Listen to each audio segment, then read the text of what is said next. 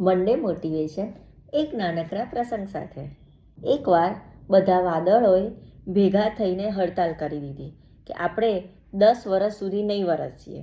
એટલે ગામમાં જેટલા પણ ખેડૂતો હતા બધાએ પોતાના હળ ને બધું બાજુ પર મૂકી દઈને બેસી ગયા. પણ એક ખેડૂત કે જેણે પોતાનું ખેતર ખેડવાનું બંધ ના કર્યું. થોડા દિવસ પછી વાદળો એ ગામ પરથી પસાર થતા હતા. એમણે ખેડૂતને ખેતર ખેડતો જોયો એટલે પૂછ્યું કે ભાઈ બધા જ બેસી ગયા છે, તે કેમ ખેતર ખેડવાનું ચાલુ રાખ્યું છે? એટલે ખેડૂતે કહ્યું કે ક્યાંક 10 વર્ષ સુધી હું ખેતર ખેડવાનું ભૂલી ના જાઉં. આ સાંભળીને વાદળોને પણ થોડીક બીક લાગી કે કદાચ 10 વર્ષ સુધી આપણે વરસવાનું બંધ કરી કદાચ વરસવાનું ભૂલી જઈશું તો.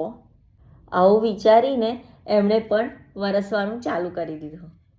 એટલે જે ખેડૂતો પોતાના હથિયારો મૂકીને બેસી ગયા હતા એમને કંઈ ના મળ્યું, પણ જે ખેડૂત કે જેણે ખેતર ખેડવાનું ચાલુ રાખ્યું એને એકલાને પાક મળ્યો.